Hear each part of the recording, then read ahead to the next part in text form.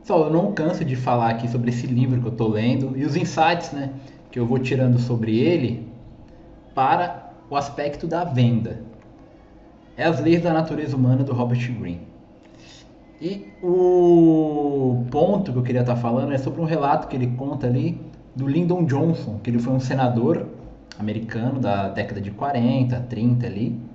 Ele era muito jovem e ele tinha uma fama de ser uma pessoa ambiciosa, até certo ponto impetuosa, uma pessoa que tinha certas atitudes, inclusive de uma pessoa que está querendo, né, se mostrar. Porém, qual o ponto aqui que o Robert Greene quis trazer? Ele chegou, quando ele chegou a ser eleito senador, ele chegou num local que havia diversas pessoas lá consolidadas, diversas pessoas veteranas com seus preconceitos, com seus costumes, com seus valores. E no Senado, sobretudo aquelas pessoas que têm posições de destaque, elas já são bem velhas, né? Normalmente, assim, velhas digo de idade mesmo, velhas de carreira. São senadores que já passaram por diversas legislaturas. Então, ele não poderia ter aquela atitude de uma pessoa arrogante, né?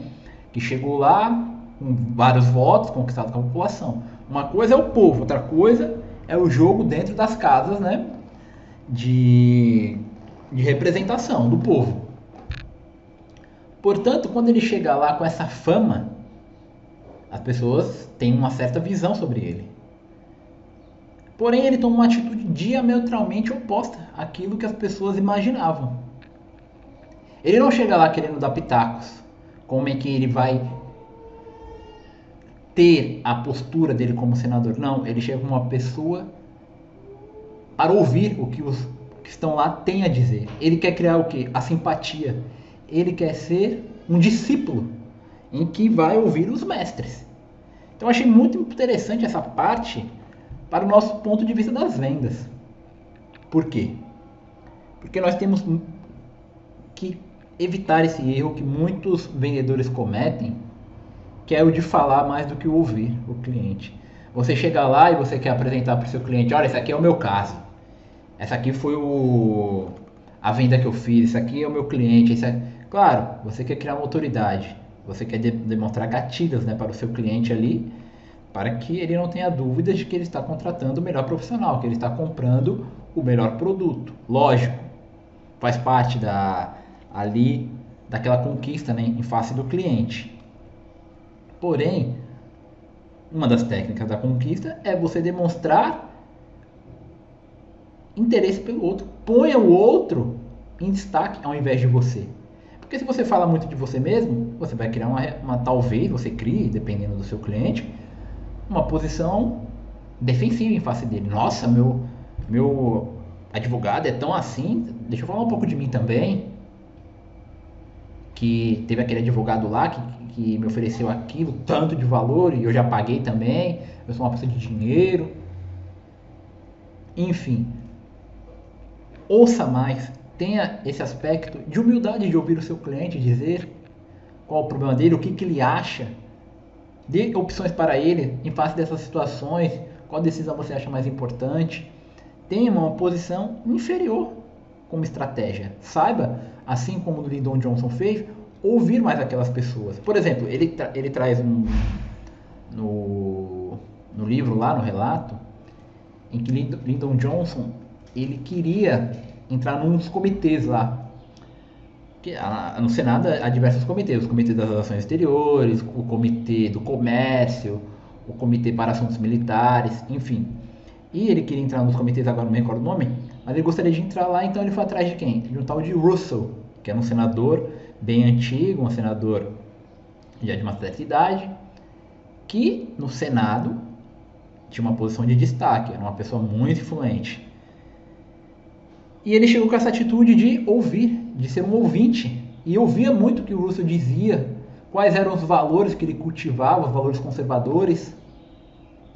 Ele era democrata, o Lyndon Johnson, mas ele queria ter uma certa influência nas comissões, nos comitês. Então ele foi ouvir o Russell para ver o que o Russell dizia. E o Russell era uma pessoa, assim, não tão socializável, era uma pessoa em que ele tinha, como posso dizer assim, era uma pessoa que gostava de ficar no canto dele. Inclusive ia aos domingos, né, para o seu gabinete trabalhar. E Lyndon Johnson observou muito isso e percebeu quais eram os gostos dele, os valores, o que ele apreciava. Por exemplo, o Russell gostava muito do beisebol e falava muito sobre a Guerra Civil Americana.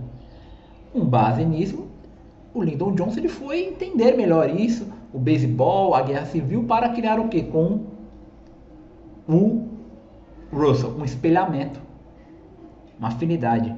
Não um fingimento, né? A gente não tem que fingir para o cliente para criar uma falsidade, mas entender o que ele aprecia, para que em face disso, diante disso, né, nós possamos criar uma certa conexão.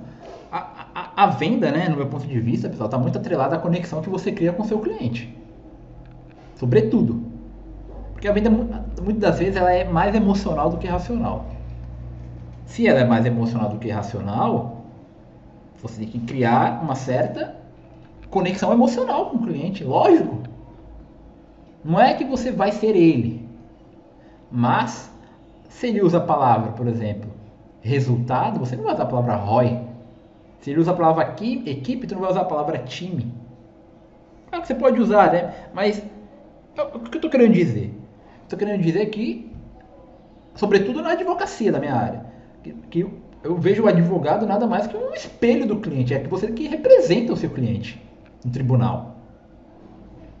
Se você representa o seu cliente, a gente tem que tornar o que? É efeito. A representação de uma forma, claro que representante e representado não são as mesmas pessoas. Então não tem como ter uma identidade. Mas há de haver sim uma semelhança entre você e o seu cliente. Então, portanto, é muito interessante a gente saber o que ele valoriza, qual é a visão de mundo, quais são as nuances, né, desse cliente, para que assim a gente possa trazer para ele uma melhor solução para o caso. Tá, pessoal? Outro ponto ali que o Robert Greene ele traz no livro, que eu achei bem interessante, é a reciprocidade que você tem que criar com o seu cliente. Por exemplo, o cliente te chamou no WhatsApp, e aí ele te chama lá e quer tirar uma dúvida. Você tira essa dúvida ou não do seu cliente? Você planta essa semente para depois plantar um contrato maior? Você tira essa dúvida? Eu tiro uma dúvida que é pertinente ao caso. Claro que eu não vou me aprofundar, porque o aprofundamento vai depender de uma consulta paga, lógico, nosso tempo é precioso. Mas você tem que plantar essa conexão com o seu cliente. Não é chegar, é tanto. Você tem que criar uma conexão emocional, então ele vai em outra do precinho. Já que é para tirar uma dúvida. Então, pessoal, eu acho que é muito importante a gente criar essa reciprocidade. Eu já vi num livro que, por exemplo, você dá um lápis para uma pessoa, você dá um favor para ela, dá um lápis, e você tem um lápis para ela. Depois você pede uma coisa muito, assim, diferente, né? De escala, de proporções. Você depois pede um favor muito maior para ela. Por que você faz isso? Porque você já deu um lápis para ela. Você criou, querendo ou não, um certo gatilho nela que ela vai querer retribuir para você. Se ela vai querer retribuir para você, então se você tirou aquela dúvida dela lá, e o outro lá que ela foi falou que era 200 conto para tirar a dúvida, ela tende a fechar o contrato de 10 mil reais contigo. Porque você já semeou aquilo, então você vai colher. Você tem muito mais chance de colher do que aquele lá que foi frio, gelado, não teve uma certa criação de intimidade, né, com o cliente ali semeando. Tá, pessoal? E o último ponto aqui do Robert Greene, que é a influência. Você muitas das vezes não vai fechar com seu cliente, mas é bom você manter uma certa conexão com ele, conversas, colocar ele, talvez adicioná-lo no seu WhatsApp para que ele veja os seus status, e aí ele vai criando uma certa apreciação pelo seu trabalho, talvez uma lista de transmissão colocar para que ele veja o seu trabalho. Você não deu uma proposta, você não apressou para que ele fizesse uma proposta, fechasse o contrato imediatamente com você, mas você está criando com ele o quê? Uma conexão, um relacionamento. que pode dar frutos ou não, pessoal. Às vezes o resultado é muito incerto. Mas, muito mais do que aquela venda direta, é essa venda indireta. Tudo bem? Pessoal, o vídeo de hoje foi esse. Espero que vocês tenham gostado. Curtam, comentem, compartilhem. Qualquer coisa estou à disposição. E ótima quarta-feira a todos, né?